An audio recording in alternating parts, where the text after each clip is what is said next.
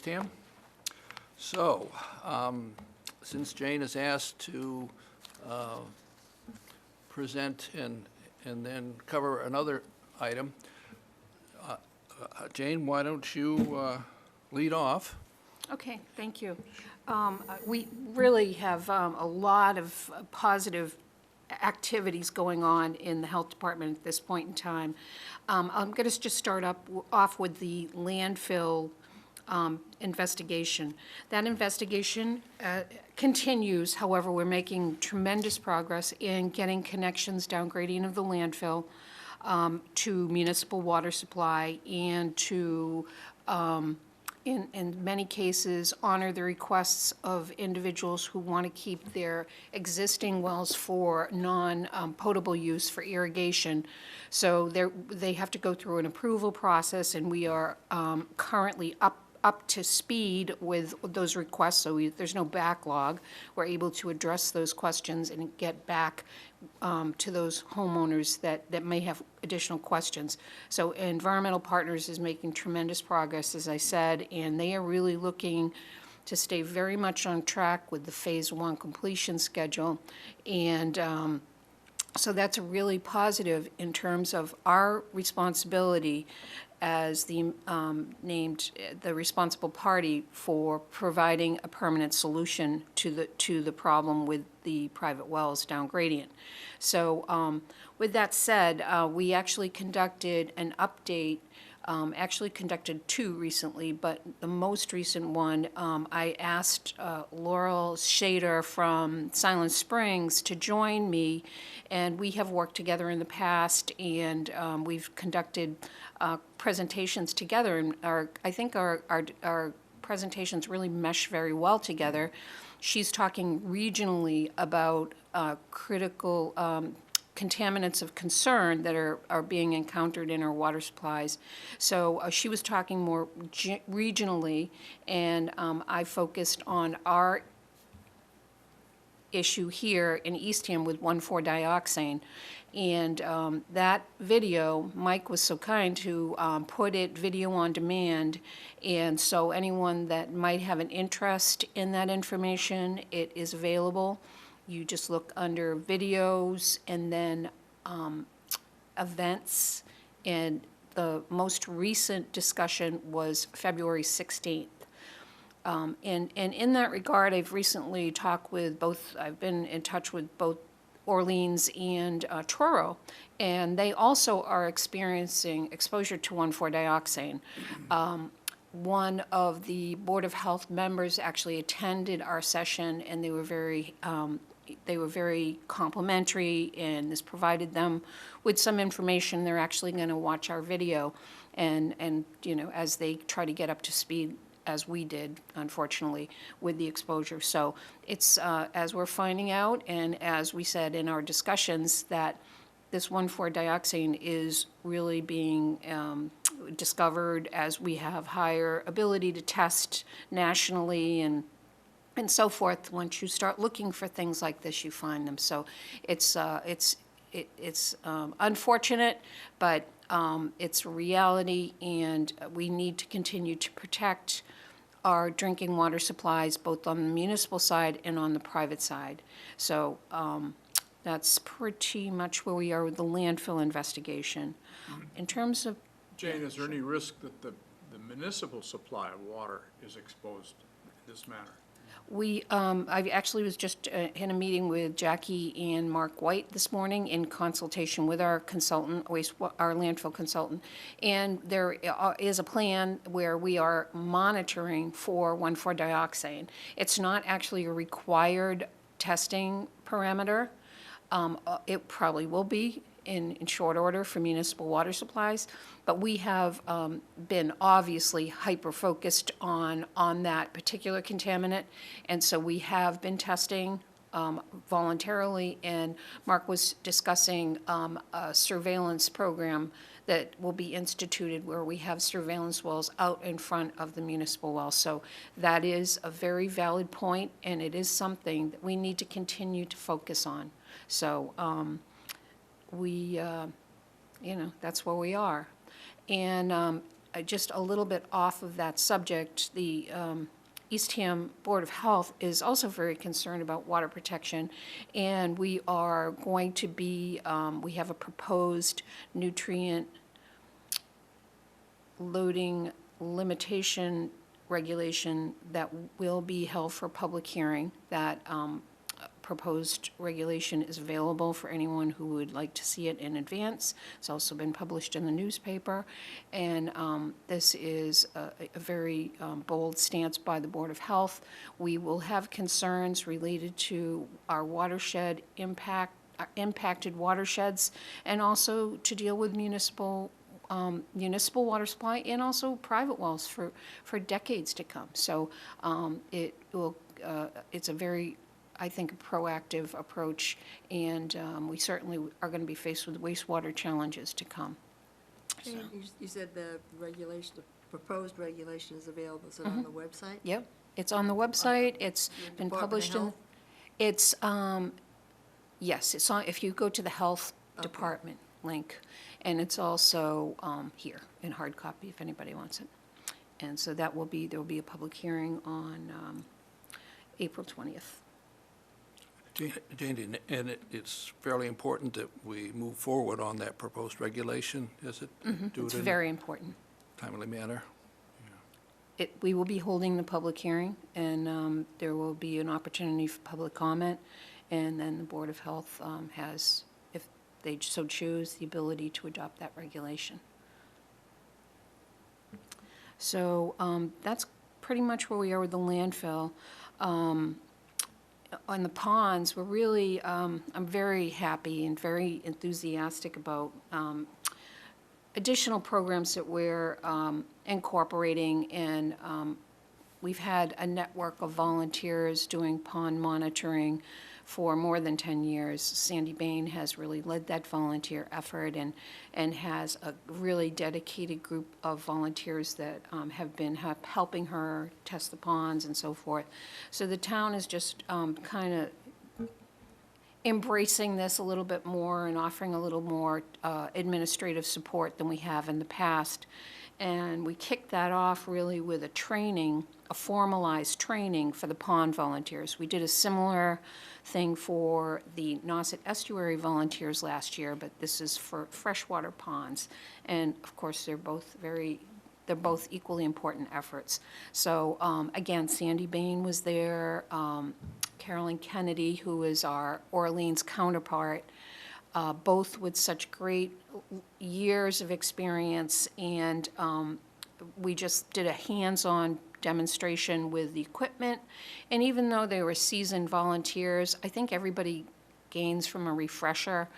And, you know, maybe as a group, we discuss things and talk about things that maybe individually, when you're on your own doing sampling, you just get used to and you don't think about. So it was an excellent session, and I want to thank everyone that attended. And again, anyone that's interested in participating as a citizen and volunteering with either the fresh or saltwater sampling programs is, please let me know, and we'll give you something to do for sure. And so anyway, can't thank Sandy enough, and Carolyn for all they do. It's a really commendable effort. And to that regard, we are encouraged by our pond expert, Liz Moran, who's advising us, you know, as needed, with efforts that we need to do to support our pond volunteers. And one is actually going to be offered by the APCC on tomorrow, Wednesday, at the Barnstable County Complex, and that's identifying algal blooms, that potentially harmful algal blooms. And we're talking specifically about cyanobacter. And so I'm going to attend that training. I actually have another meeting I'm attending simultaneously, so I'll be in and out, but that's a really important issue for the town of Eastham. We have had, Malls Pond had experience with cyanobacter a few years ago. And as we look at Schoolhouse Minister's Pond and some of our other more stressed ponds, that's something that could happen. So our pond volunteers, or just in general, citizens that are out there enjoying the water, if they could be our eyes and ears, it's really imperative that we get as many trained individuals as possible. So hopefully, I think this is going to be filmed as well, videoed. We'll put it on our website. We're trying to keep all the documents related to both pond issues and MEP sampling issues up front, so anyone who's interested can take a look at those documents. So our pond program has it's similar, just the same as it's always been run. We'll be testing twice, once in April and then again in September. So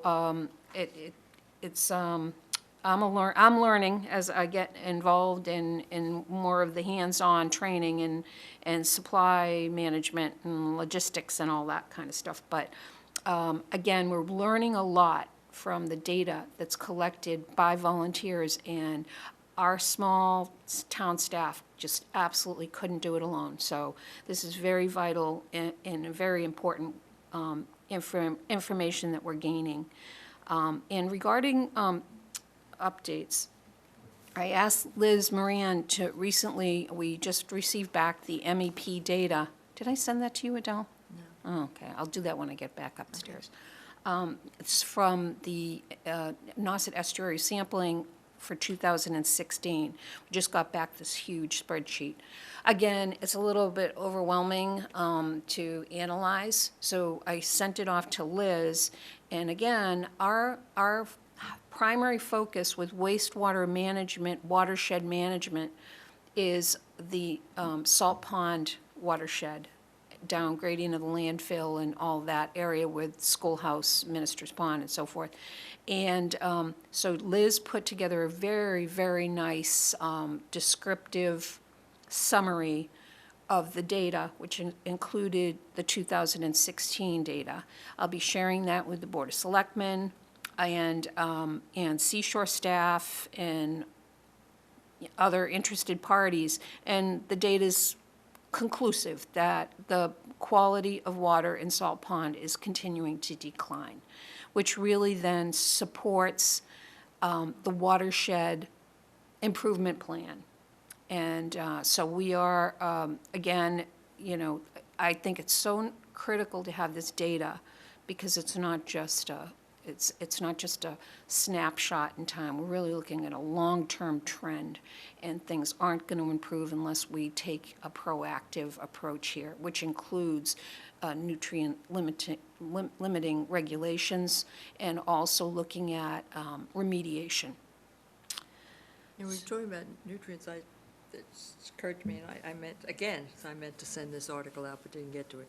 There was an article in the Cape Cod Times last week about the effect of nitrogen on marshes, salt marshes, a study that had been done. And they found, which they hadn't realized before or hadn't been sure of, that the nitrogen is actually degrading the salt marshes also. And so there's a lot at stake in getting rid of the nitrogen. I thought that was interesting. They appear above ground to be really healthy and strong. Because they're getting so much nitrogen. Exactly, but the root system is, It is going, and is, then the inadequate. soil that it holds is going with Just it. take a kayak trip at low tide, and you can see what's happening to the root systems. Yeah. And any salt marsh, it's horrible. So things that we are doing, active steps we are currently engaged in include looking at further site characterization for a demonstration project for PRB. We have our consultants working on that in tandem. So I'm still in the midst of that. I hope for a quick turnaround and on that work. The data analysis portion has been done, but now we have to group together all the experts and come up with a next step. And that might lead to a demonstration project. That's what I'm hoping. And we have to obviously work in partnership with the Seashore. So it's all tied together. So what happens after you get the site characterization done, then you have to look for grant money for the demonstration Well, itself? For next year's budget, I have 150,000, I think approximately, for wastewater planning. You know, it just doesn't go that far. So we'll see where we go. You know, it's just step by step. You know, certainly the towns around us are doing an incredible amount of work. We are watching their successes and failures, and we will gain insight from that. Charles and I both attended a PRB training, and the EPA representative there, I had actually applied for an EPA grant and wasn't awarded it because we actually didn't fall into their jurisdiction. However, they continue to, every time we're in the same room together, state publicly, it wasn't because it wasn't a good project. And so they are very supportive of our program and what our efforts are. And so that's really a good thing. You know, they are there and they are very happy that we are pursuing this demonstration project. So we'll see where we go. And, you know, that's kind of where we are with that. And I also, you know, to follow up on the Friends of Schoolhouse Ministers Pond, we are going to be got that contract signed with Solitude. So they will be sending down their biologist sometime in June to do the assessment.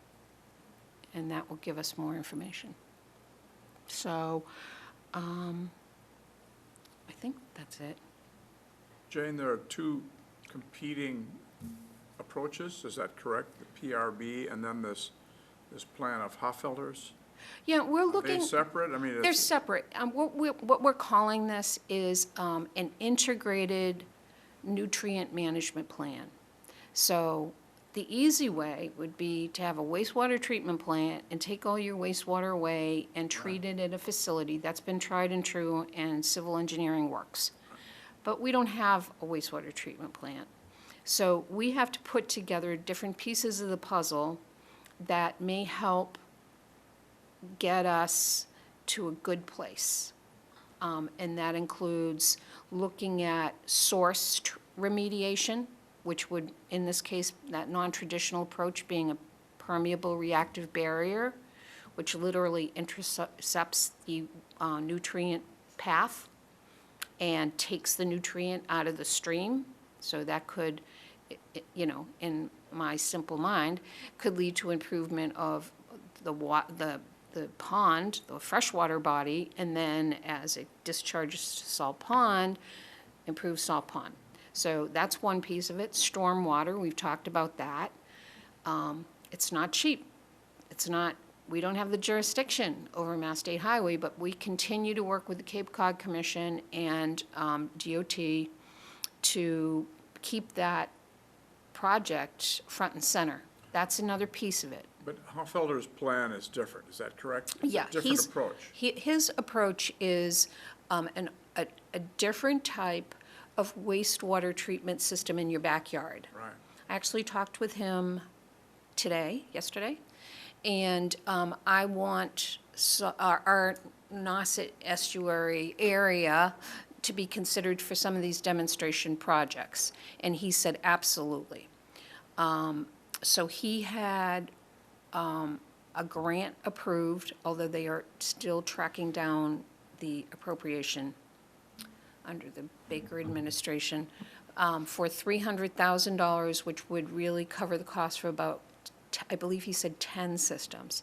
So I'm hoping we get one of those here in somebody's backyard as a working test case.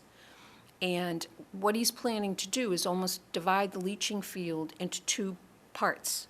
One traditional, and the other part with these wood chips and substructure, and then do, effluent sampling to determine how much reduction is there. Jane, actually, I'm talking on that a Okay. little bit later, but go ahead. Okay, Yeah. so it's, again, just part of a watershed, an integrated nutrient management approach. And just trying to figure out, do those things work? How much will they reduce the nutrient load? And then the final component in particularly the Salt Pond watershed is working with Cape Cod National Seashore to get their septic system up and running to the maximum efficiency and maximum ability to remove nitrogen. And it could do far better than it is currently doing. So, And these approaches, these two approaches, I'm thinking there are two, yeah. it's still science, it's still theory, is that correct? It's not ready for implementation? George's concept is still experimental in terms of the way he's building, he's calling it a layer cake. I find that a little Are there other places in the world offensive. where they're I working on like this? cake, I don't want to associate septic. But it makes system with sense in what cake, he's but- doing. It is Yes, like a no, it layer is. cake. But what he's doing is a little different, but we have actually at Brackett Landing, a treatment system with just that same technology. So this has been in operation in the United States for decades. It was actually developed at Waterloo University, and so the system that's in place at Brackett Landing has, the wastewater comes into this huge 2 tanks, and the first tank nitrifies all the wastewater. So it adds oxygen to the nitrogen source, becomes nitrate. And then it goes into an anoxic environment where the oxygen gets stripped off and converted to gas. And that's facilitated by the carbon source, which in this case is wood chips. PRBs can use different sources of that carbon, whether it's in the form of an oil or wood or whatever. It doesn't really matter, but so that's exactly what George is doing, but he's doing it out I think he's got a pump chamber. I'm not quite sure of all the fine details, but it's in your backyard as opposed to having a lot of these proprietary components. It's more, if you could instruct somebody how to install various layers, and installers are very talented people. They're incredibly skilled. So if you just instruct them on how to layer material, in what sequence, what size grains, and so forth, and it could work. It really could work. And our Nitrex system is working incredibly well. So it gets down to 5 parts per 5 parts per million nitrate. So that's a good thing. And so that's what we're trying to put different little components together to come up with a watershed plan that, number one, we're required to do something. I think this is a reasonable approach, and we're trying to be as, cost responsible as possible. So without jumping in, just doing little parts that we can wrap our hands around. And I hope we can make some improvements in a really short period of time, 5 years. That's my goal. I really like to see something in the ground and something working to help in that period of time. We'll see. So, I think that's it for me. Jane, before you go, I was we talked about the signed letters going out to the abutters. And I think you told me that you were going to mail to 44? Whoever the direct abutters, Karen, my coworker, did that mailing.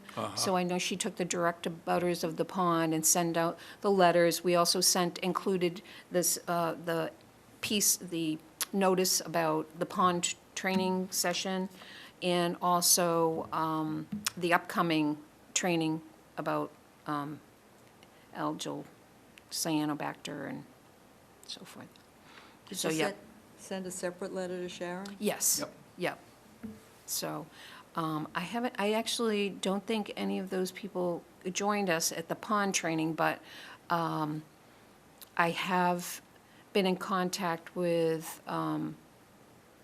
other pond samplers that actually work for the Orleans Pond Coalition, and they want to talk with us, so, about what we're doing, and they were very supportive, so.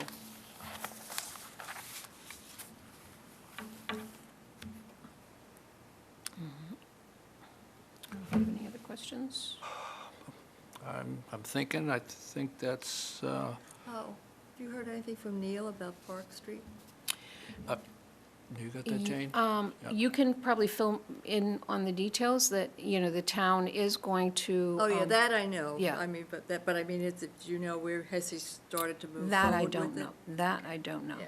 But he and I are going to be working on the MS4 permit requirements next week. So that's part of what, part of it all. But, we really need to show, I think, just to, Yeah. we need to do our part. It's not nearly the contribution that we get from Mass State Highway, but it. Yeah, we should get rid of it. Exactly, so. I'll shoot him an email and I'll ask him to give us an update. Okay. Good, yep. Okay.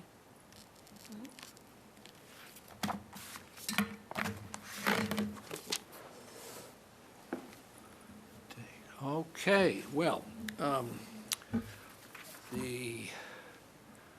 as I mentioned a little earlier, I have come prepared to talk about the subject of septic, innovative and alternative systems. So, and I think that'll run maybe 20 minutes or so, and that has to do with the various, I thought you were talking about Heufelder's thing. you're right. I'm going to talk a little about AI to be able to then move into Heufelter's Okay. material.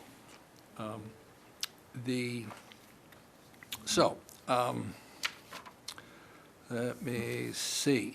Starting at the top of our agenda, Jimmy has just announced that this is coming up on the end of his tour.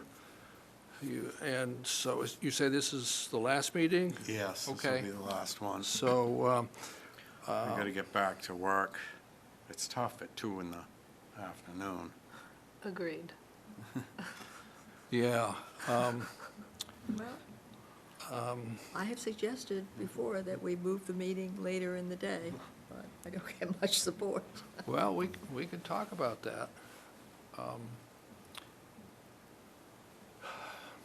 Particularly because you two are our youngest, and that's making a strong statement about the fact that we've got kind of a generational disconnect here if we want to have a quorum at our meetings.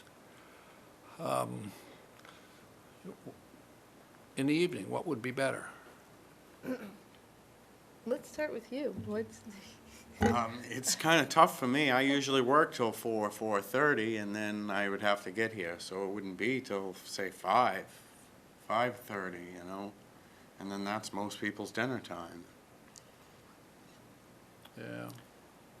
But my biggest, I've been making this work, but after I went through identity theft, I just gotta work like a whole lot more. I got a whole lot of stuff to straighten out. I don't know what's gonna happen quite yet. How about you? What works? I'm not It's too tough. sure what my work schedule is gonna be like in the coming months, so I don't think I'm very useful in Yeah. what time of day would be Right. better. Although 2 in the afternoon, kinda like, Yeah. it's like in the middle of the day.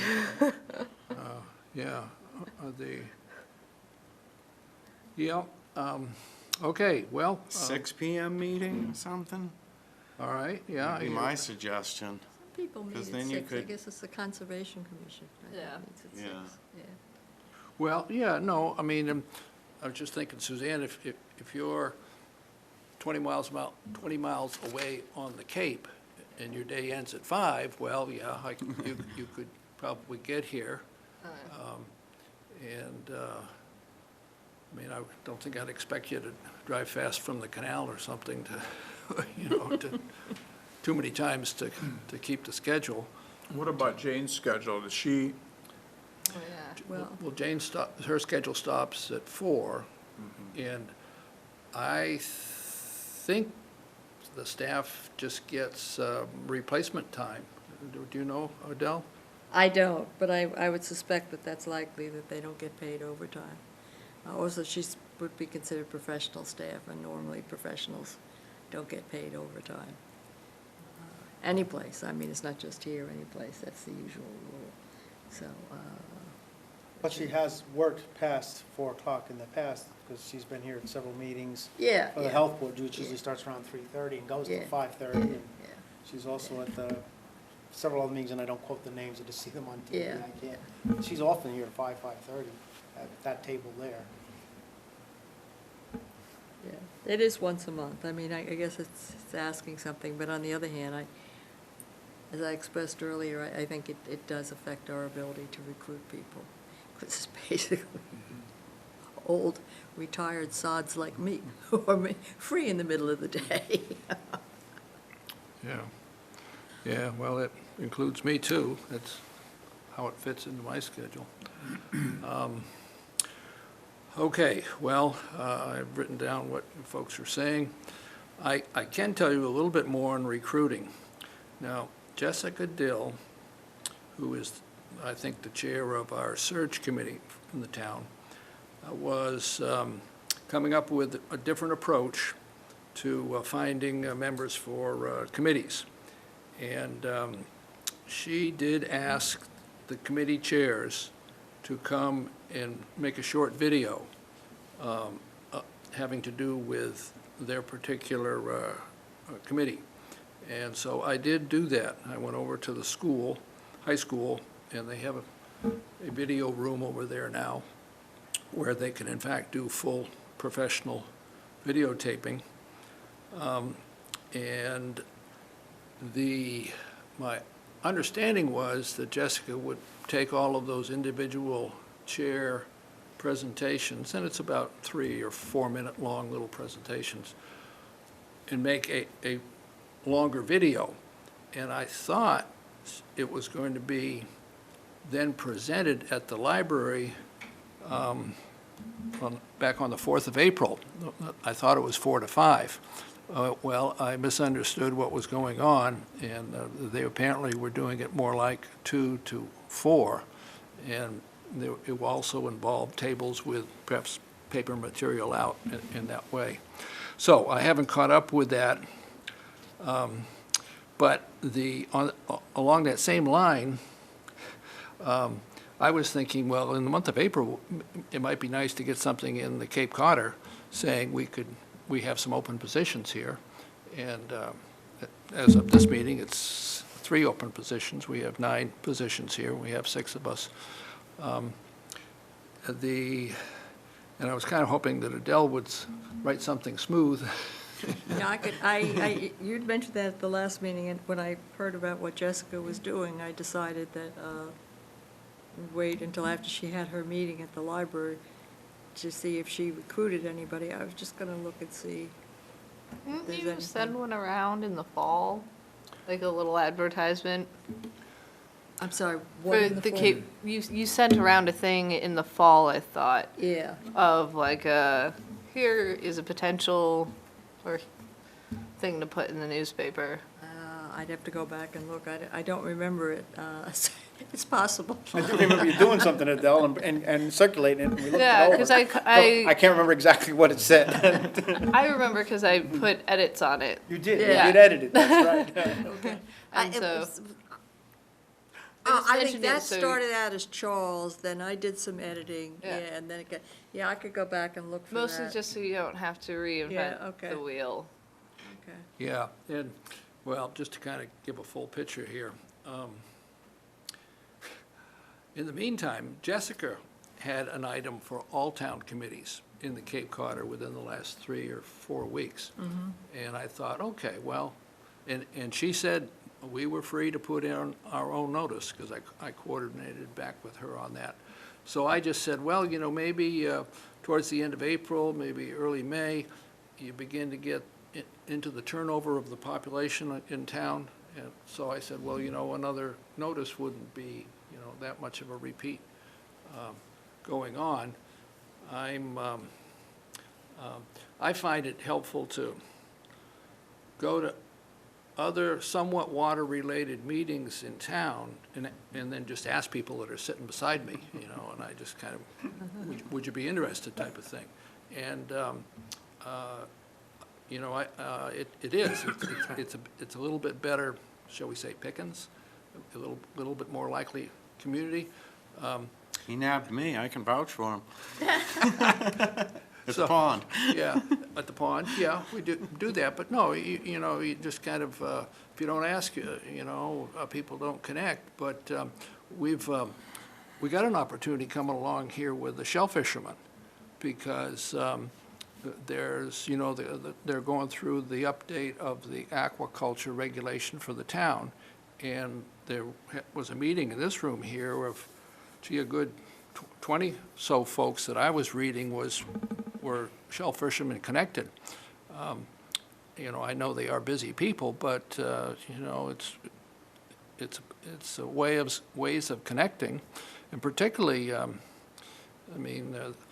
Orleans is going to do a quail population count in Town Cove coming up in the next 4 or 5 months, or something in that direction. That, in fact, may be just something that will bring into play somebody who would, in fact, say, yeah, I could be involved in that kind of thing.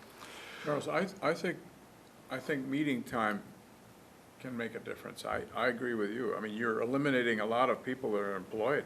I mean, this 2 o'clock works great for retirees, but, Or people who work from home, like Scott. I mean, Scott's still working, but he controls his schedule. I've had 4 surgeries in the last year, so it was easy on me. I'm always healing.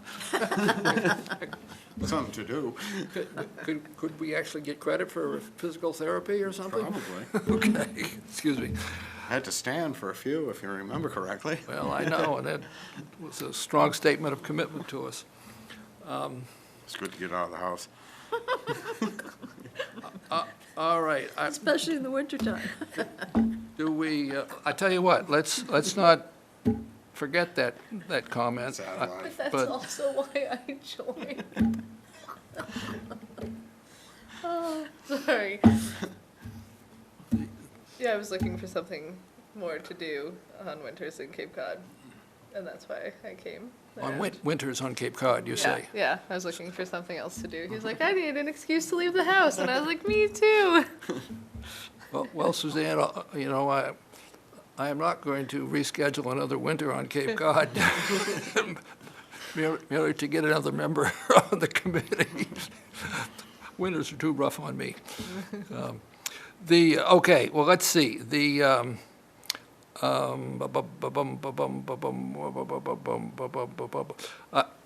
just coming down through the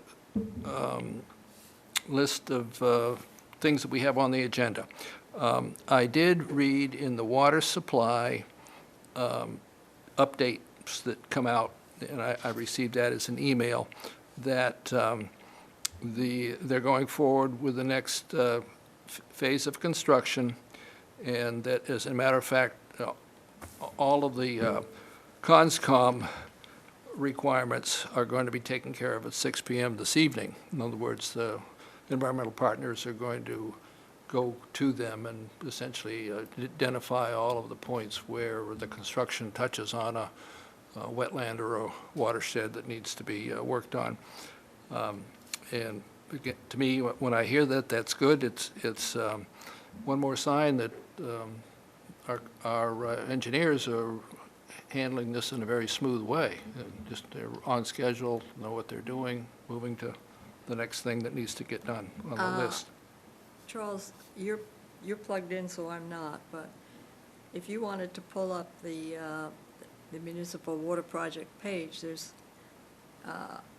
where the heck is it? There's a schedule on there, which was referenced in that email you're talking about. It is basically, and this, I think, took me a while to straighten this out with my husband, because we used to talk about 6 phases, phase 1, phase 2, phase 3. But now it's Phase 1 and Phase 2, and that's it. I mean, there'll be separate projects, but they're not phases as such. Mike, did you? Well, I think, oh, okay, Yeah, I'm not on the net. I'm just onto the screen with this computer. yeah, okay. Val, when you say separate projects under those two Separate phases. contracts. That's what I Just, meant. yeah. That's what I was Like, gonna correct. They're Thanks. moving, Separate contracts. this year, they're starting, that's why I was trying to get to their page, the, what they call contracts 9, 10, and 11, and there's a map on, oh, you can't, you said you can't get to the internet on yours? Can you, Mike, can you set me up also? And, let me go back and find the water. Why I'm not finding it here? It's easy enough to do if you're in the, they have a schedule, map of current phase, but it's not current phase. Let me see what I get there. They have a schedule of what they call Phase 2. Now, this is what they're doing. Okay, I gotta go back to the email, sorry. To get the right link, I don't know why, it shouldn't be that hard, but.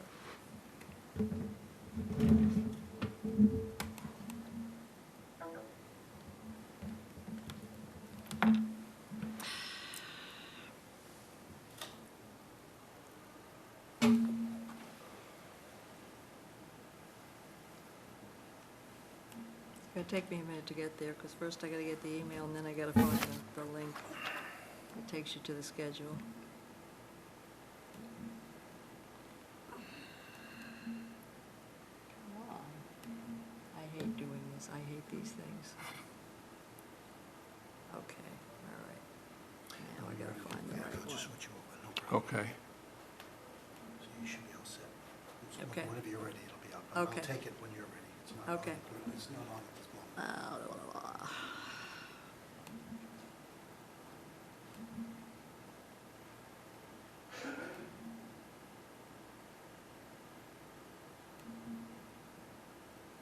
No, I gotta remember, it's got Eastham in there.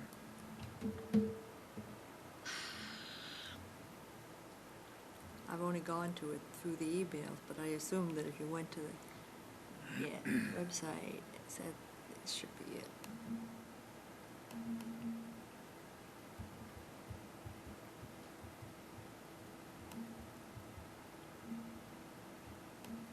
Phase 2 water system information.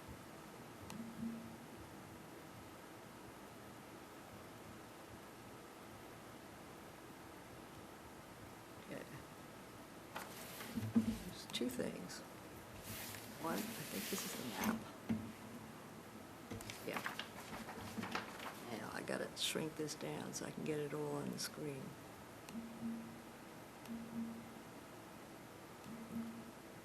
This is just, get down to the bottom here.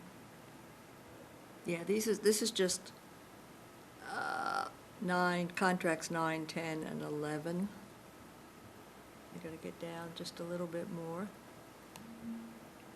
It's easier if I look up there, because if I look on my, so that, everything that's not blue, everything that's green, yellow, the lights in here, it's hard to see the yellow, green, yellow, and red, they are saying will be completed in 2017, so this year. So it's obviously they're starting on that as soon as they finish Route 6, I would say.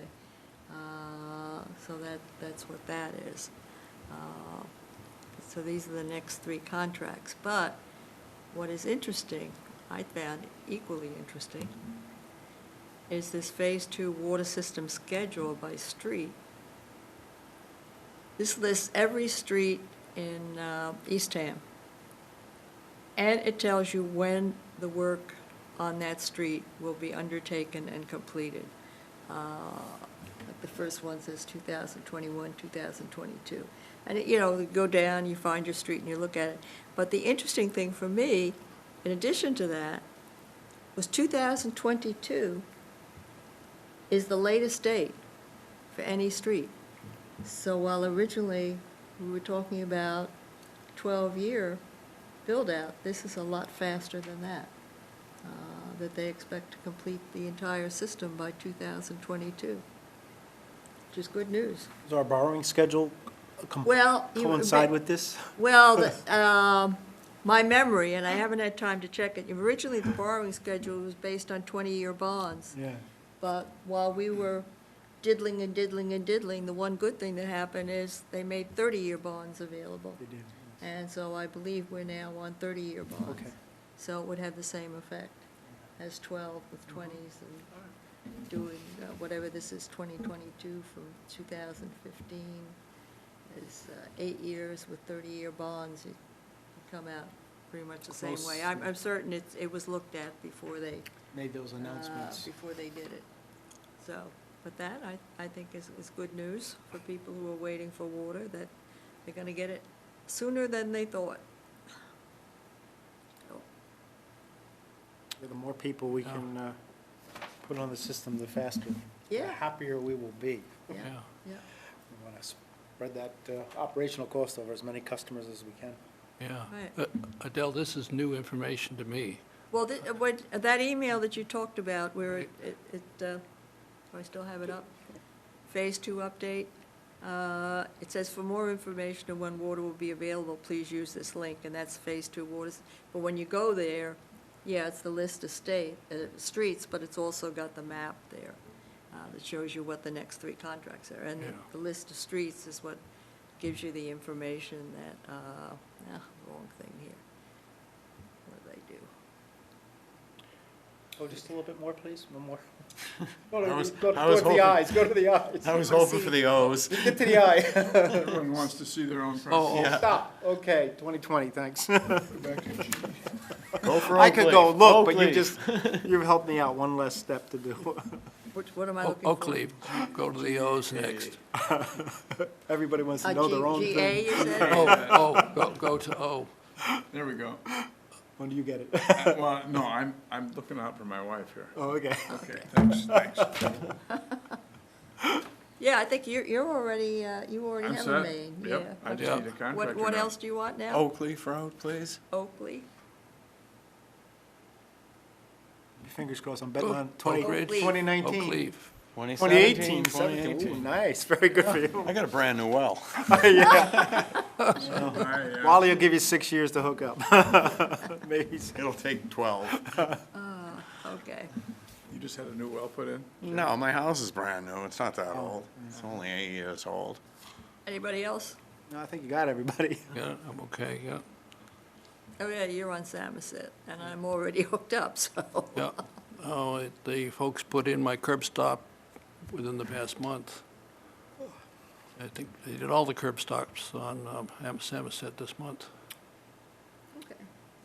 So, so. there's lots of information out there for people who want it. Yeah, no, I have not heard other people comment on this, so I think it's a new piece coming from Oh, yeah, EP. it came out just when the, And it makes sense, if they're finishing up on the first phase, they'd be starting to do the kind Yeah, of desk yeah. work for the second phase, and this would be part of that. So, yeah, that makes sense. Oh, all right, well, oh, Mike can disconnect my computer whenever. He'll come back in a bit. Yeah. He's listening. yeah, okay. He doesn't, He's in the No operations rush. center. Well, let's see. So we're moving then off water supply. Jane is normally our source of any new information on the plume, and she did give a little bit of information on that. So the next one down, wastewater management. We got Salt Pond and Town Cove. Jane has told me that we're in the period now where her supporting engineers have finished the memos 3 and 4, and the next step is for them to present them to the selectmen, basically a summary presentation brief. So I do not know when that's happened, but I know it's basically the next thing on the list to be done. And I guess as it turns out, we'll probably get the details at about the same time, but the final copy of the tech memos that would carry more details than what would be in a presentation would be then available. So, all right, so moving down on the next one, permeable reactive barriers. Scott has agreed to be the person who presents to the committee the technical information on permeable reactive barriers. And as Jane mentioned, this past week, there was a, well, I guess it was about 5.5 hour all Cape permeable reactive barriers session over in, where we were off Ivanhoe Road at Cape Cod Golf Club in there at their clubhouse. And those slides are on the Wauquiat Bay Reserve website. They were not handed out at the presentations itself. But the, and they then basically started with the science of it, and then it went on into the regulation of it, and the implementation that's going on. I guess I could add I did go to that presentation. My thoughts are that it seems to be, at this point, a pretty mature technology. And the reason I say that is because for one of my previous employers, 30-some years ago, was doing pilot work in that area. And I knew a little of the details then, and I see the details now, and I realize how much more of a complete approach it is now in terms of not just piloting to see if it works. There's no doubt about the concept, the science behind it. It's the what's effective and or what's cost effective, you know, how much good do you get for how much money you're spending and all that kind of thing. And I do listen in to the discussions in Orleans, and I've been to their permeable reactive barriers meetings, and they did put in the agent into the ground last November.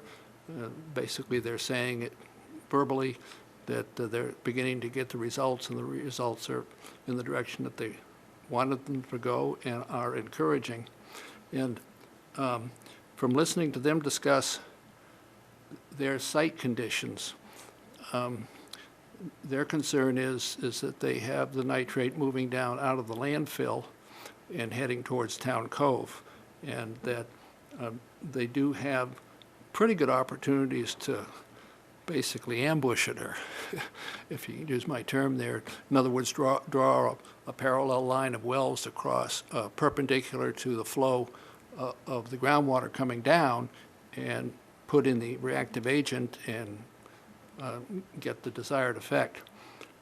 They also mentioned that they have old septage lagoons at the Orleans landfill, and they are finding higher amounts of nitrate in the vicinity of those lagoons, and they also are saying that actually they're finding there's an upper layer of contamination and then a deeper layer of contamination, and they're distinct in terms of just the number of feet between the two, and the lower one has actually got the dioxin in it. So they're expanding their reach in the engineering work to handle the dioxin situations that they have there.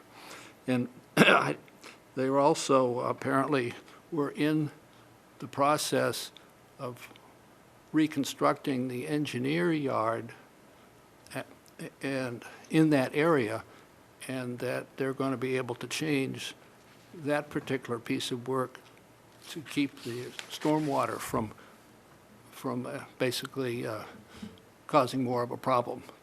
There is, in fact, a stormwater retention pond already there, but there was some feeling that the way they had laid out the site it was pushing stormwater into the area of the lagoons, which was then pushing the nitrate out into the plume heading down to Town Cove.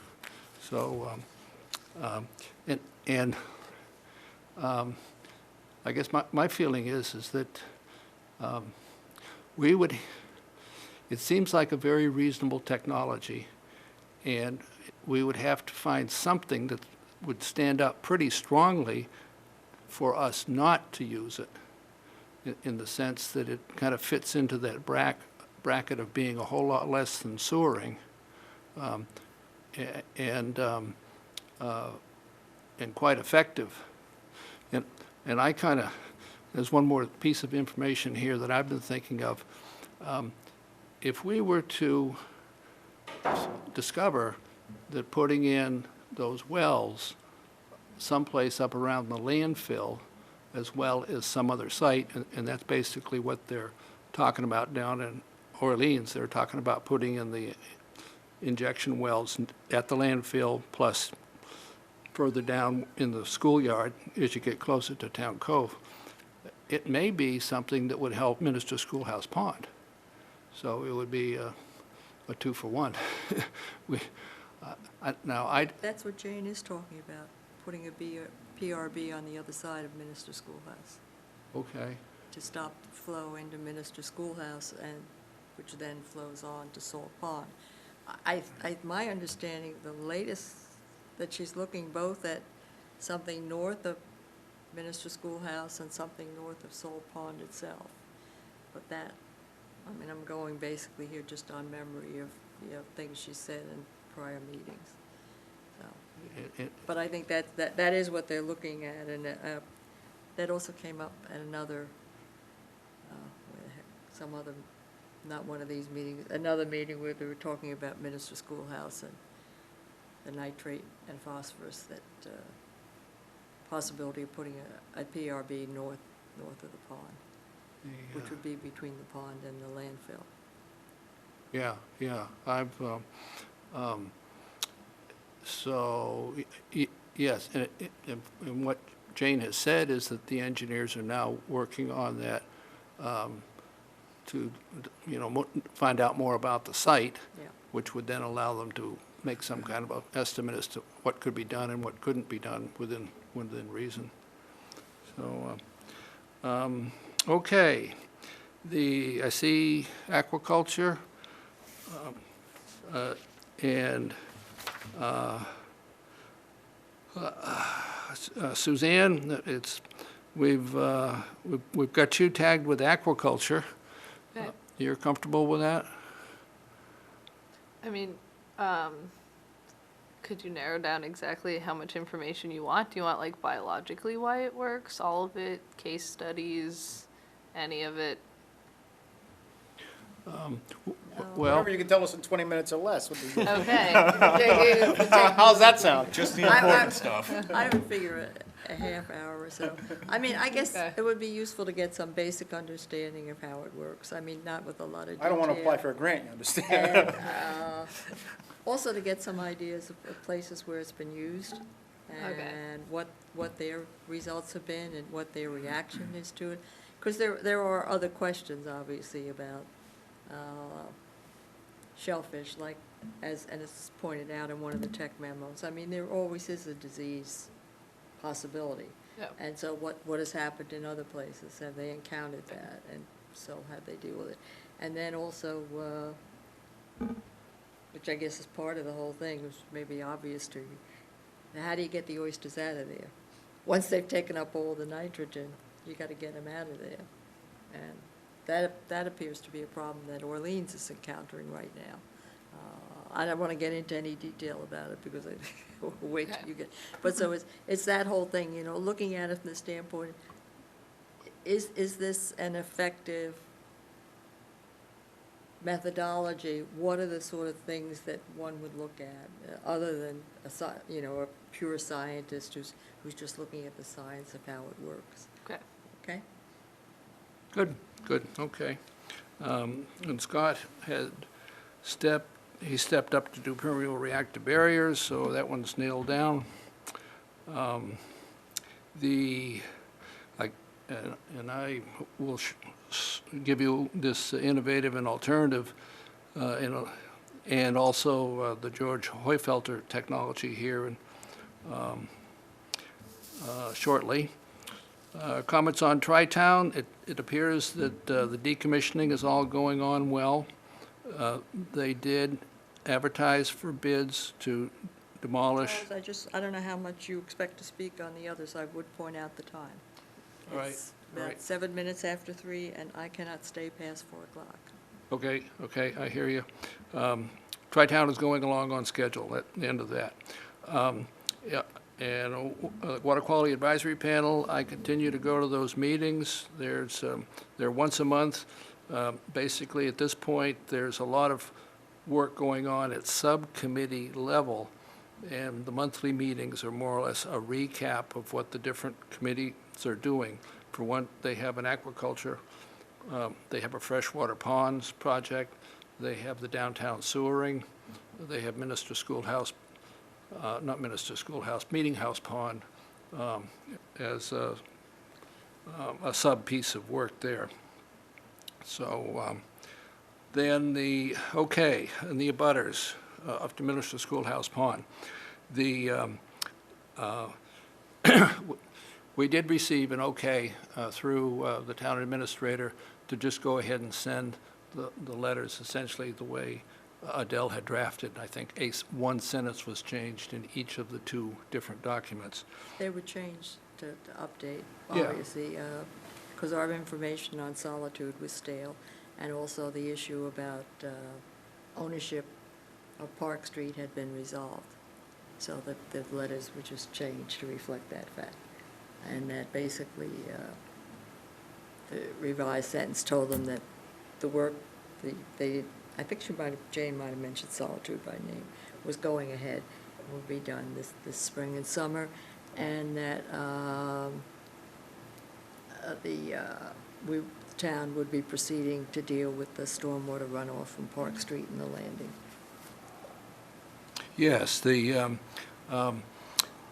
what I thought initially we were doing is sending basically the same letter to the 3 different abutters who had sent essentially the same letter asking what the status was. Jane said, it would be very smart just to send that same letter to not only the 3, but the larger number of abutters of everybody around the pond. And I thought that was a very good insight. And we also did send a separate letter to Sharon Shipley, and she's basically the chair of the Friends of Minister Schoolhouse Pond, so identify her in that particular way. In the next item I have on the list there is that Neil Andrus did address the Board of Selectmen. I don't know if I wrote down the date. Yes, 22 March. He said that he now has sufficient information to state to them that the town owns Park Street. And that was the thing that was holding him up in making a plan for diverting the stormwater runoff. So he is going to go forward with making a plan, and I kind of, and from Jane commented here that she was going to ask him for a status as to where he is, but basically, I guess he has to make enough of a plan to be able to present it to the Conservation Commission such that they could direct it or adjust it in a particular way to make it acceptable to everybody. So, so that's good. That's, one more helpful thing happening at the pond there. Okay, if we don't have any further questions on that, I wanted to talk a little bit about 2 subjects. One, the topic of a septic system that would be identified as being innovative or alternative, basically innovative/alternative. And I took Adele's suggestion and I went to the 208 report, because it has a chapter in there where it just covers all of the different technologies. Actually, Suzanne, that might be an area to check for you, it might be a nice way of sort of starting it. So I've got this document in front of me now, and I was just going to talk your way through it. Basically, yes, please, yep, but I don't need it immediately. So what we're talking about is what is known as an individual on-site system. And basically, it identifies the fact that 85% of the systems functioning on Cape Cod are of the individual septic systems. And I was saying that's probably about 100% for Eastham, with the exception of, Jane mentioned the Brackett Landing, and that is sort of a collective system where it's actually collecting from, I don't know, we say 15 or more houses, but it's on-site and operates as its own unit. And that, to my knowledge, is the only one that would be the exception to that.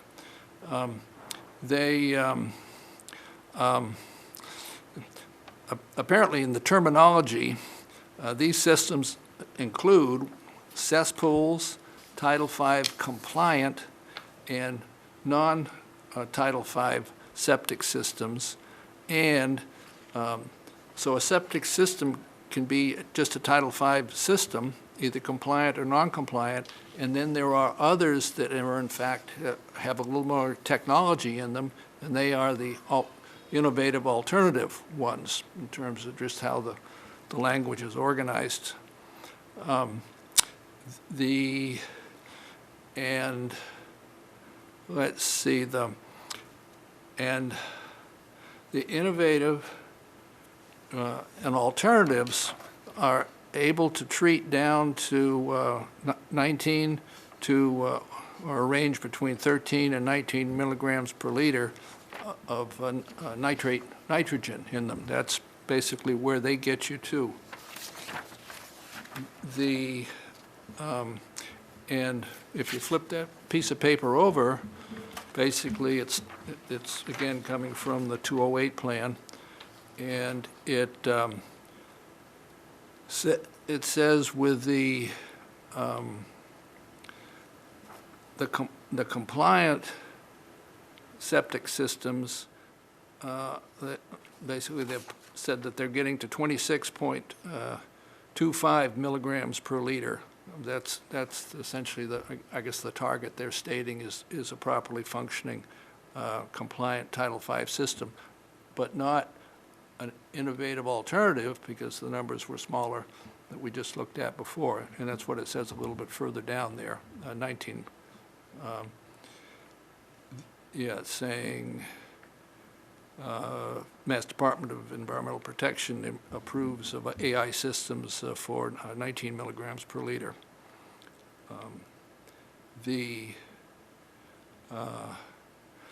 And in this text, yeah, that's it. They also have using a word called enhanced IA, and you just kind of have to pay attention to try and figure out why they would be using the adjective enhanced above a site system design that doesn't quite have that extra feature in it for what it might be. They also point. This also points out that maintenance on the system is very important. The AI systems are technically more involved, which means that you've got to be keeping your eye on that technology to make sure it's functioning. And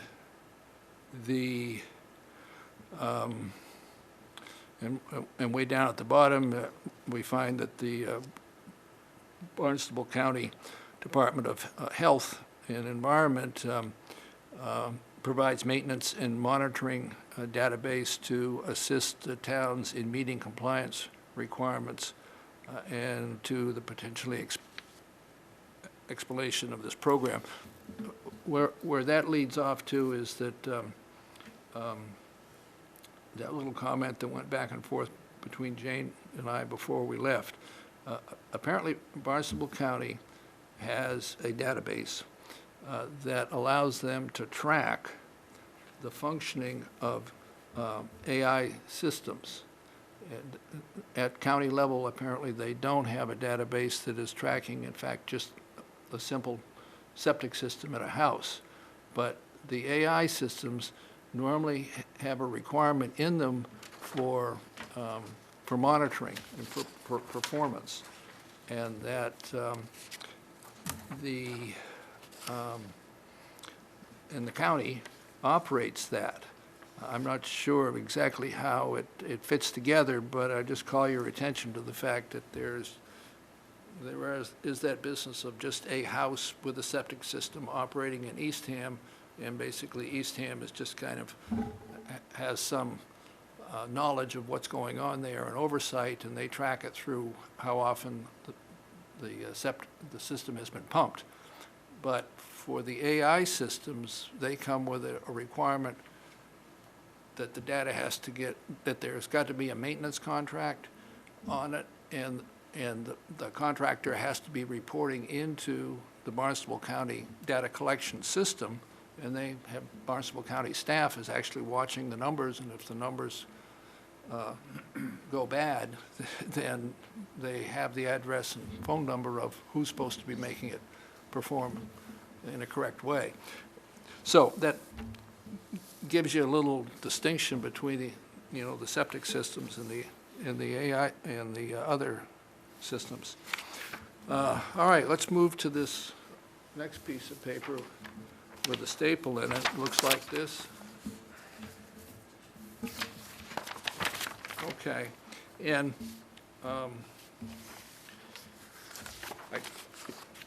comment down here is something I just said. Basically, it says the owners of AI systems have maintenance contract with licensed individuals or companies to ensure they are functioning and meet water quality standards. Now, and in this picture, they have a tank that is downgraded from the solid separation tank, but it's still upgraded from the leach fields. And what this kind of tells me is that in general, your AI systems are going to have the second tank, and there's some technology that goes on in that tank that in fact makes them qualify as an innovative and alternative system. And this is, and again, this document is coming from, Looks like a regular septic system.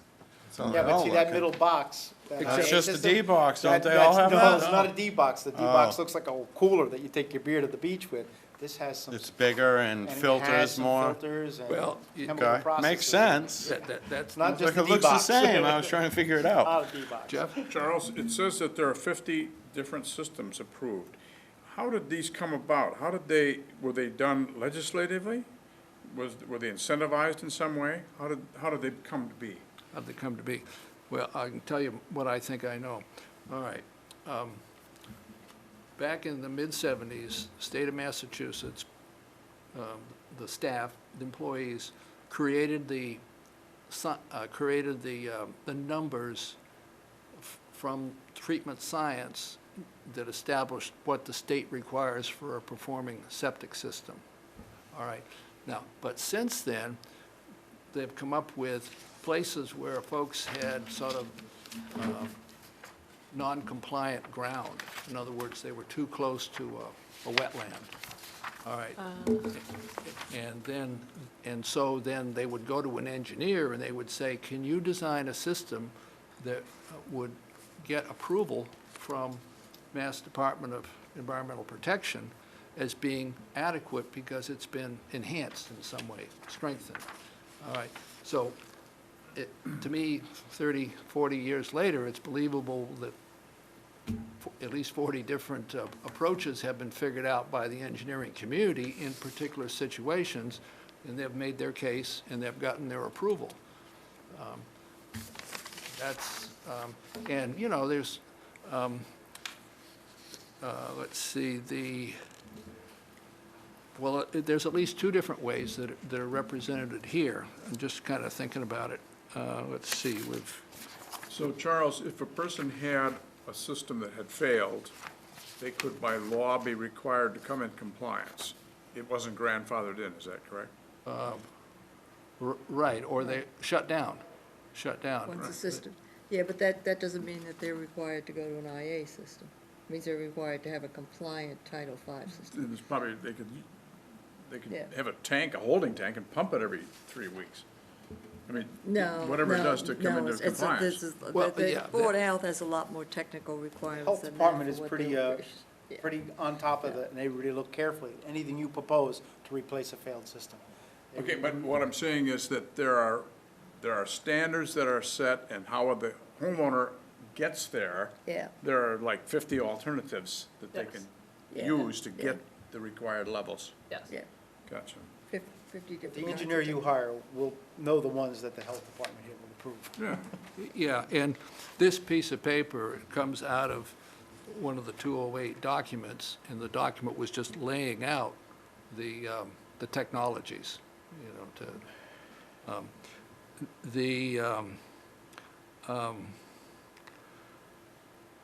let's see, okay. Now, in this particular document here, it talks about what if you had a TMDL on a particular body of water, and you were proposing to put in IA systems at every one of the houses or businesses that are contributing to that water body having a, Not abutting, but upgrading. well, buildings, occupied buildings in a watershed that was draining into a surface water that had a TMDL on Now, it. what Mike is saying, that the property's up gradient Not all of the abutting. water body, not all of the. They just went through this in Brewster, you know, they made all the ones that were upgrading, be very compliant and be anything within 300 feet, but if you were a butter, you were downgrading, you could have many Because different down issues. gradient, your Isn't flowing water into that doesn't body of flow water. into the pond. Yes, yeah, Sorry, I probably said it too fast. Well, okay, they're saying, what this discussion is here is that, what if the proposal by the waste managers was to put every one of those buildings on an IA system as their official way of addressing the TMDL? You know, basically, they're saying, what would that scenario look like? And that's what the further discussion goes on here. And they, basically, they're saying that they have not set those standards yet, but they see that possibility coming over the horizon of, you know, instead of sewering it, that they made everybody get an IA septic system from the existing non-IA that was sitting there. I mean, just sort of a concept. Okay. I'm not certain that it's everybody. I mean, it could be using IAs for some properties in combination with other methodologies. I mean, it's not clear to me anyway from reading this. I think what they're saying is any time that you're using an IA to meet TMDL requirements to any extent, whether it's only a portion of the properties or what, but if you're saying that we're gonna take care of these properties by an IA, then you gotta meet these requirements. Or they are suggesting that these are requirements that should be set up, that you would have to meet, the person who has the IA. Yeah, I agree, Adele. Yeah, I was just kind of generalizing there. Jeff? Charles, present septic systems are approved by their design, not by their performance. In other words, I built a house in the last couple of years. The existing septic tank passed, Right. but no one has come to test whether it's really doing its job. I mean, the design was acceptable, but the but the effects of the design are not monitored, is that correct? Yeah, Right, because your system isn't doing any nitrate removal at all. right. You- That's correct. So Yeah. what I'm saying is that. What would they do- test for? Do we at some point, start testing people's systems? well, no, It doesn't do any nitrate removal, whatever you put in. I understand. I guess what Mike's question is, what would we be testing the systems for? For nitrate contribution to the groundwater. 30 Oh, people in but your we house know- versus one person, that would be 30 times the nitrate. I mean, Just- they can do without testing your system by knowing your household composition, and that's what the various Board of Health limitations are based on, bedrooms, yeah. as to 6 what, people. they have a That's figure right. as Well, to that's how what many I'm saying, is gallons that of wastewater. The design tells you that it's acceptable. Right. I'm saying Yeah. For Title performance is not V monitored. purposes. Correct. Yeah, What I'm How many saying- bedrooms to how many acres I tells you understand. that, right? Isn't I'm it? saying, yeah, yeah. They get the nitrogen concentration out of their, it's just like, I guess we haven't gone through any of those things yet, but, I just have to figure out the simplest way to say this. Cape Cod Commission, when it, or even MEP, when it looked at what the contribution, the nitrogen contribution was and that sort of thing, besides what they find in the water, the nitrogen contribution from a particular land area, they look at wastewater in that land area, and they have an assumption as to how many gallons of wastewater, or they use kilograms, I guess, kilograms of wastewater per day, per year, et cetera. They then have a figure that X percent of that wastewater is nitrogen. yeah, And so that, they just proceed on that, so they don't. I understand. They don't come, well, I'm not getting your question then, because they don't come around and test your septic to see how much Well, what I- nitrogen is what in I'm- your septic. What I'm asking is, you have a system that is designed, is acceptable, Right, but the result of what that does is not monitorable at the present time. Well, it isn't that it could fail. Let me go, and then you got a problem. let me, okay, you have a house, you have a lot that it sits on, okay.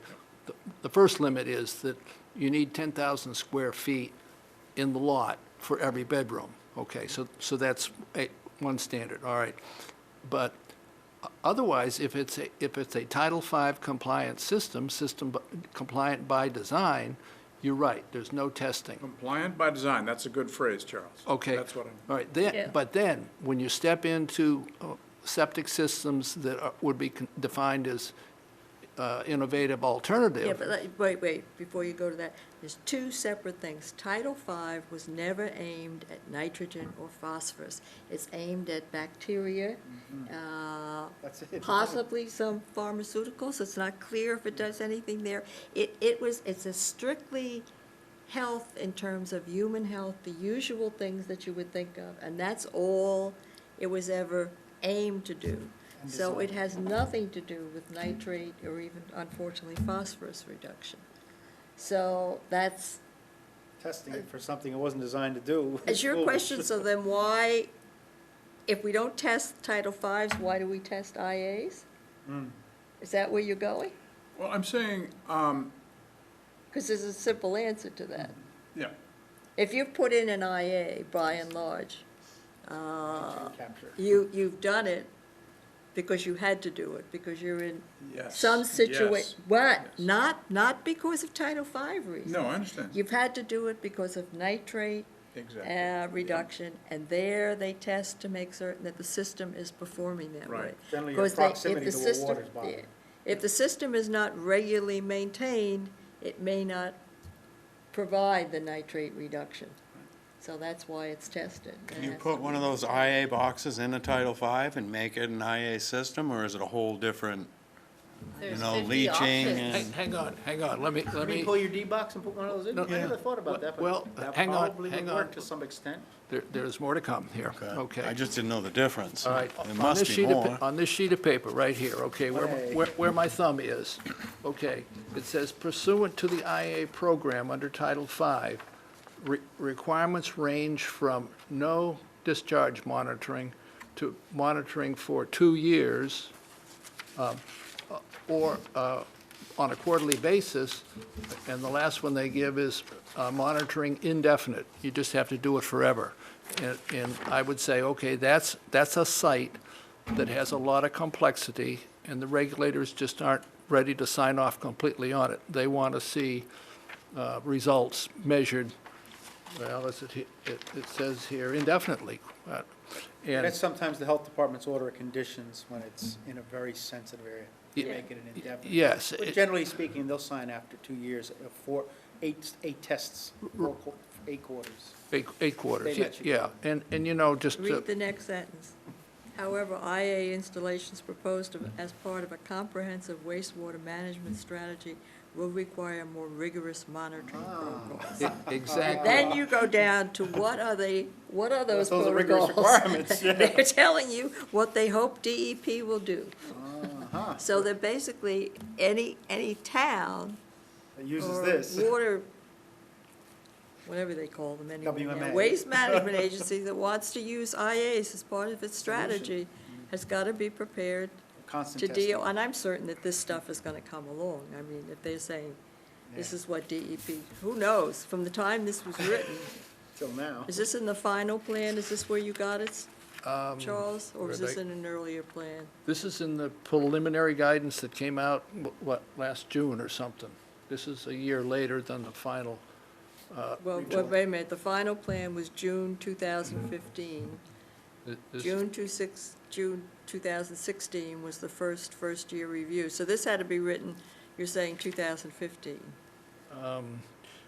Well, yeah. Yeah, okay. No, so what I'm saying is, for all we know, DEP might have moved forward on this stuff in the intervening So if you'll time. indulge me Yeah. to take my question a little further, Okay. at what point does the town of Eastham say that we aren't doing a good enough job with the design of the systems that we now allow? And we need to go to these IA systems. What point does that happen? Well, it happens on a monthly basis at the Board of Health Health. department does it. No. You're saying, could the town of Eastham mandate that everybody has to have an IA system? There we go. I mean, say, Yeah, that's it's not basically what working. you're- yeah. That's what I'm saying, it's not working. I don't think so. It's I not don't think cleaning so. up, okay. I don't think state law would allow that. The Board of Health now mandates IA systems in particular circumstances where somebody, either for some reason their property won't accommodate a Title V, because, you know, you need space for the septic system and that type of thing.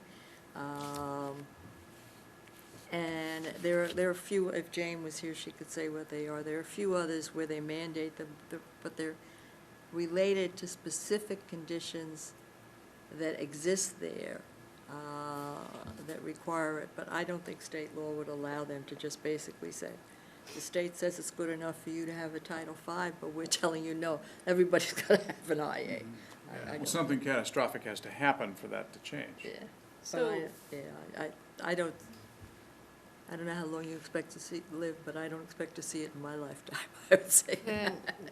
Can I ask a just to Yeah. clarify in my own brain? So we have an issue with there's too much nitrogen getting into our water bodies, and one of the sources is from individual properties, houses. However, the current regulation doesn't require that the system you have in place have anything that takes care of nitrogen or phosphorus, correct? Right. So, I mean, at some point, I think it would make sense for the town or regulation to then exist to require that, because then it doesn't matter how many oysters we put in the water or how many PRBs we make, because you still have that source that's there, Thank you. right?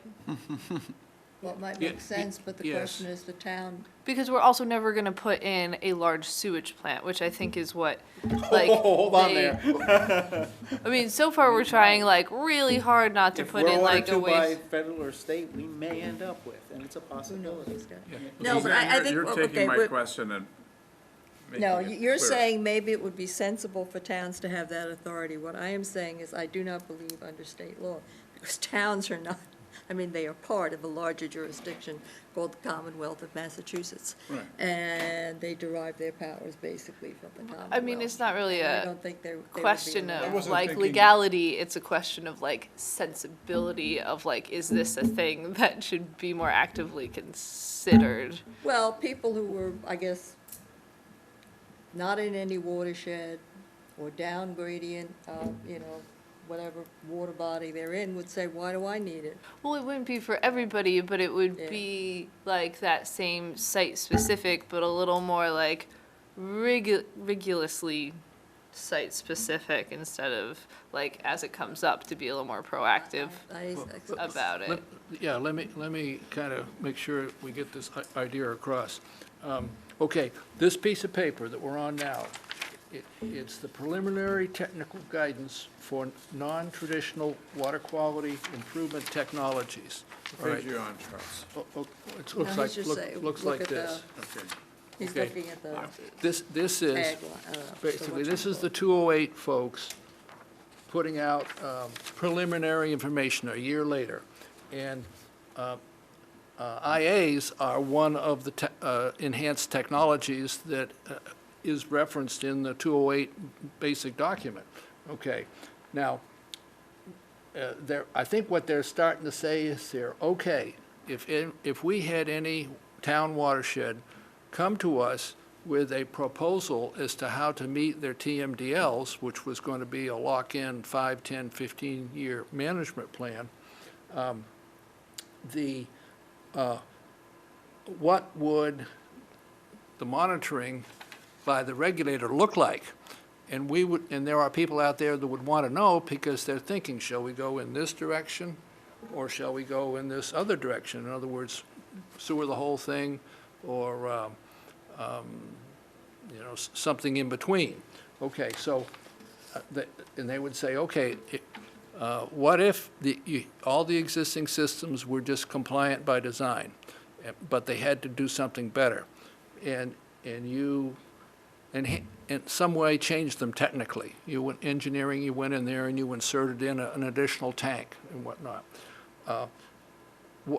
How would the regulators look at that? And they're just saying, well, we don't know exactly, but these are some of the parts of it. So they talk about frequency of monitoring. They talk about a monitoring location. In other words, these systems would have to have an inspection or monitoring port, which a conventional compliant Title V system does not have today. Okay. And then water quality parameters. They were saying, well, okay, one way of doing it is to monitor the flow, the pH, and the total nitrogen. Another way of monitoring would be to monitor for biological oxygen demand and total suspended solids. And they would also involve the size of the soil absorption system or the depth to groundwater. These factors would all be taken into consideration. Okay. All right, I don't know if I need to talk. Again, I'd point out that they're not saying that these regulations exist now. They are saying that this is steps that Mass DEP should take.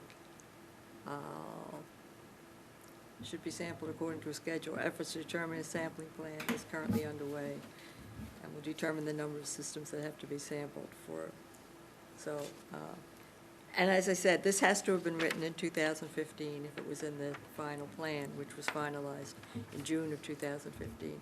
So I Well, guess, no, it's a year later. It really is. It's the preliminary document. I don't have a copy with you. well, if it's a year earlier, then it's 2014. Later in the system. This, after they got the basic plan out and printed, they said, okay, now we have to inform the people on Cape Cod what is the next thing that they should be looking into. And that's why we come up with a preliminary guidance document on non-traditionals. Okay, so you're saying this is later than June 2015? Yes, it's a year later. Yeah, June 2016? pretty close. I think I picked up the copy of what I made this from at the summer conference that we had. Okay. Yeah. I'd still want to see what DEP is saying about it. and their own regulations. But I think if you turn to the back page, you see what is the kicker in some of this? You're right, Adele, you're exactly on track here. The, to me, the big thing to take from the last page is that this business of monitoring is expensive. You know, they show the cost there, but they're showing it could be $185 a month of a sampling requirement that would go with the AI approval. Installation and improvement. Yeah, and, Well, this is after it's installed. This doesn't Yeah. even look at the installation No. cost. It's $30,000 approximately. So you're talking about $2,200 a year. And yes. It's expensive. Well, yes, but the reason I think they're giving us numbers to look like this is we would say, well, okay, what if we just sewered the whole thing? And I don't know for sure, but I think the numbers would end up being bigger because you've got all that capital investment as well. Charles, Yeah, aren't there but- some, I'm sorry.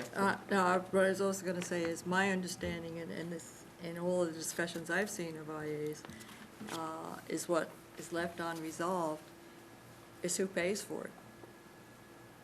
Suppose somebody comes to you, I know clearly who pays for it if the Board of Health says you need an IA, then you pay for it. You pay for the installation, you pay for the monitoring. But if you're told as part of a wastewater management plan that you need to put in an IA, the question is who pays for it? Does the town pay for it, or does the individual pay for it? And And one that other is- little thing that Adele is, there is a Brownsfield credit for $7,500 of the taxpayer over 5 years, so you can recapture some of your outlay, whether it's this system or a traditional type. Yeah. So the state will help you up to that amount over 5 years. What, you call it a brown something? Brownfields But credit. is there Brownfields any, State income credit. tax. Okay. isn't there an income limit on that, I thought? I've always qualified, and any of the people that I've worked with that have done this have always qualified. It is over 5 years. It's, $1,500 a year. I thought, And almost all of them have recaptured that $1,500. okay, I thought there was an income limit on. And it's even if your existing system right now, Charles, was to fail and you were to put a new one in, and you hadn't taken a brownfield credit before, you could use it. Yes, 5 years. yeah, no, I agree. I was gonna say, it isn't all black or all white. I mean, there may be some geographic areas of Eastham that lend themselves very well to a traditional system. Some that are more scattered, maybe not. Not located near the dump? I don't know. I mean, I Larger don't, parcels? I don't know the layout well enough to You're right. say that. But what You're- I'm saying is, when you look at a municipality of an old neighborhood, the streets are square, and, you just run a line down, and everything hooks up nicely, and it dumps down into a treatment facility. Maybe there are some areas that are easier to hook up than others, and there are some that are, larger sized lots, and they're all over the place, costly. Exactly, and what's, one of the reasons why we're going into some of these details that we haven't gone into before is that in reviewing this technical memo 3 and 4, which we are coming into in the next month or so, we are going to be looking at the array of technologies that the engineer is proposing to us to consider as a way of, in some combination, meeting the requirement to meet the TMDL out of the pond. And, yeah, you do end up with saying, well, maybe if they're all bunched together, we could sewer them and just say the heck with it, or if they're spread out a little bit more, we'd say, we can't do sewer, we just can't afford that much pipe. What else can we do? And we'd say, well, could we do some kind of an AI program? So that's kind of where we are in looking at this thing. In order to meet our time goals, let's move on to this next document. I don't really think you can do the other thing. Oh, sure I can. Well, you can, but I don't think you can do it justice in 15 minutes. I mean, anybody could say anything. I really will be leaving at 4 o'clock because I have Okay. commitments and I have to get out of here at 4 o'clock. All right, So well, it's not like a negotiable what time. I did is I called up George Hoyfelter, and he is the head of the Barnstable County Department of, the Board of Health and Environment. All right, and I asked him what he had to give me that I could use to help us all understand. And he sent this 6-page document to me. Okay, now, where we're going with this is that George is the person who needs to come up with some innovative and alternative technologies that he can prove by science function, that he can present to the State Department of Environmental Protection for them to say, yes, you follow that science and technology, and we will approve of something doing that kind of thing. All right, so George has gotten money to do 12 pilots, but we're not in the pilot area of the first round. It's basically Chatham, anybody who drains into Nantucket Sound, and it continues on, or I guess, over into Rhode Island. So George is looking for 12 places where he could install a pilot that's described here to get the data to prove that it works. Okay, and these would be AIs because they're just something beyond a regular septic system. So, and he's calling this a layered soil treatment area. Layered soil treatment area, that's his name for it. And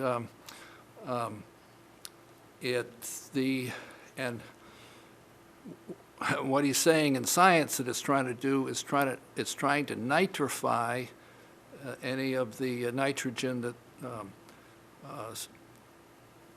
compounds that are coming out of the settling tank and going out into the leach field. And to me, the reason why they say nitrification here is that some of that nitrogen is actually ammonia, and they got to change ammonia over into nitrate, and then they do the denitrification, which is where you break the nitrogen away from the oxygen, and the nitrogen goes off as a gas into the atmosphere. Okay, basically that's the science. He says we have received funding for various sources to pilot this out.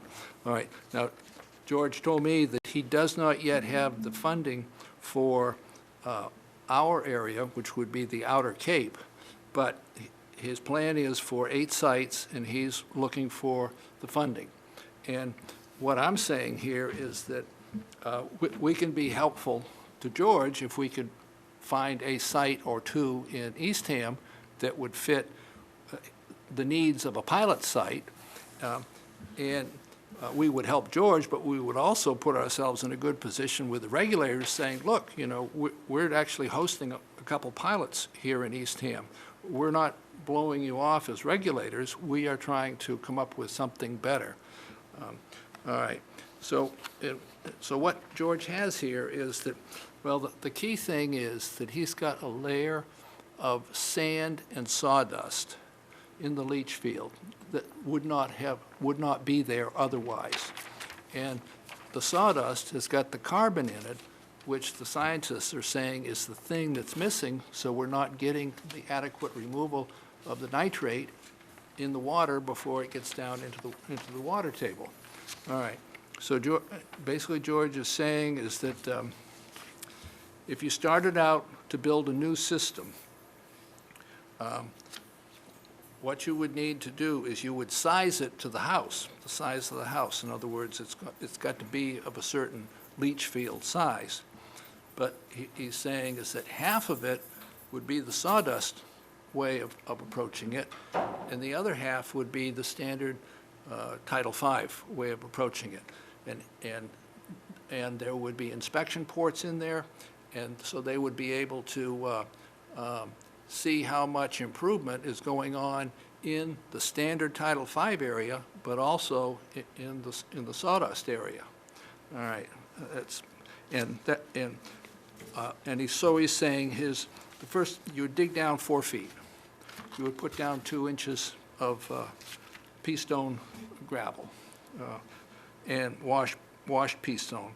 Then you would put in this 18 inches of sand and sawdust, and I don't know what the mix is. It's just that, you know, this is just meant for kind of higher level handouts.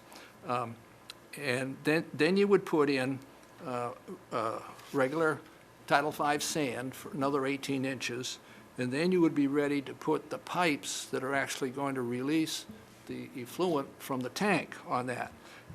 But he's saying here, shallow pressurized drain field product drip disposal system.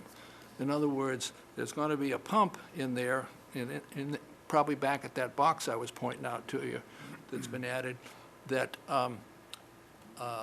it pumps the liquid out. And the reason I think he's doing this is because one of the problems is if the water just comes out into the first pipe it comes to and settles into the ground, it's a big slug right there. But if you can get it spread out nicely over the whole field, you could do that by a surge pumping. You would just pump, pump, pump, pump, fill it up, shut off, go for a day or two and wait for some more water to come in. Okay. So Charles, what's the percentage increase in the size, surface area of the leach field before and after you modify it? Okay. My way of reading this is that it's the same as it would have been in a Title V compliant. We're not trying to come into complicated situations to do the demonstration. We just want a reasonable place, a building with enough land to put in a septic system. Well, I'm not thinking pilot, I'm just thinking, say, the average house that's, does Three it? bedrooms, Yeah, three-bedroom house. you need a 20 by 30 area to put your leaching field. Okay, and with this modified system requires I what? can't find it, I'm looking. Well, with George, So what I was There wondering. would be some land, some acreage constraints. Yes. well, no, you got to understand. George is just trying to get a particular technology up to passing the compliance Yeah. decision by the regulators. In other words, they have not approved of anything like this before, but George has got to put them in, he's got to sample them, he's got to show the data back to the regulators, but he's getting money, grants to pay for Yeah, the for the expenses. demonstration, but I think what Jeff is asking is, if you looked at this in the real world and somebody was thinking of putting it in their backyard, Like me. then Does it fit? how much No. room Do I do you need have it? to have in your backyard? Don't fit my I property. thought some of his, were you about to show his video? Is that where you were going? No, I don't have he has a video, but that may be something we would get into later, but not now. Well, it ain't gonna happen today. Yes, ma'am. He just needs it You approved can as go a on without me, that's technology. fine, but I It think- falls under, so it gonna- doesn't even matter how big your acreage is if it's not an approved technology by the state.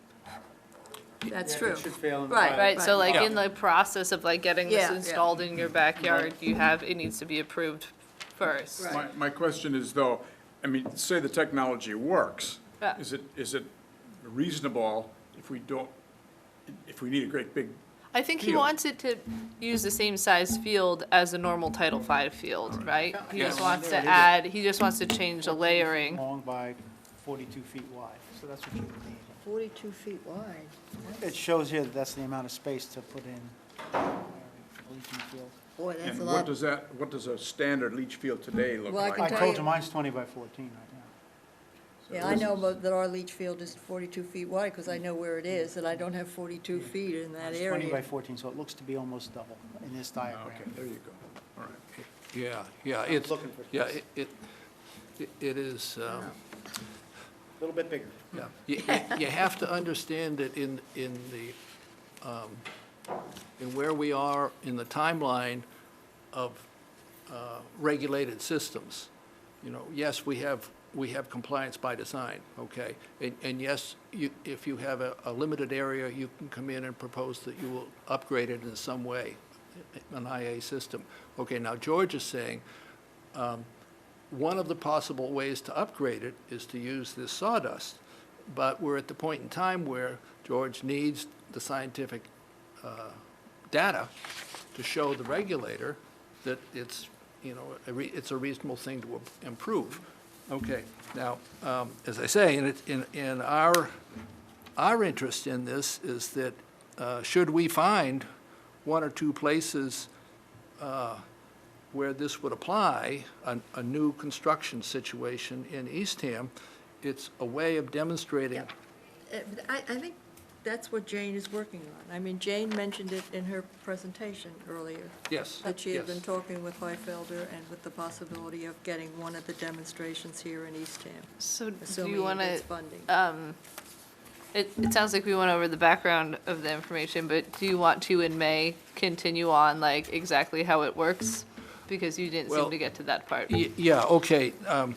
I think it would be useful. Information's in here to Well, be read. well, no, all Yeah, right. but I also think it would be useful to see his video. Yeah, no, the I last, did see- the you last sent part out of it, some months ago. yeah, but I the mean, last maybe page or if it's two up there, is people will pretty focus on it quick and, reading. And basically, one point that's covered in here is George says, okay, theoretically, there's a possibility that it would hydrologically fail. And what that means is you'd be putting the water on the ground, but it wouldn't be sinking in, it would be pooling, okay? And he's saying that, yes, that's conceivable, and what he's recommending is you just put in an additional drain field that would in fact match the size of the building. Remember, you've got the sawdust area, and then you've got, for comparison, the regular Title V compliance. He was saying, okay, add another one, so the two of them together fit the size of the building, and that, all you'd have to do is just turn the valves on and off to make what you have as compliant. So he's basically saying, it's, if you go to construction and you go to protect yourself against risk, it's 1.5 drain areas because of the chance that it might fail, and he does not want to lead people into that kind of failure. But you do have to sign a waiver document saying, I understand what's going on here. Okay, that's enough on this sheet. The last one I got here, what's that? Right there, Mike, that one. Okay, George has a little more detail in it. Yeah, this one right here, about using sand. Sawdust, using sawdust. And this came out before George came out with this. So if you need to read a little bit more of it, he talks about the fact that he's working with folks in Florida and over in Rhode Island and down in New York State, so it's not just one state civil servant, it's a whole bunch of folks that are pushing the idea because they think it's the next thing that has merit. Okay. I move we adjourn. Did we accept the draft Oh, I don't know minutes? the draft. Oh, No, I don't have them. don't have it. Okay, then I move we adjourn. Do it next month. Okay, those in favor say aye. Aye. All right. Okay. Charles, could someone send out an email to poll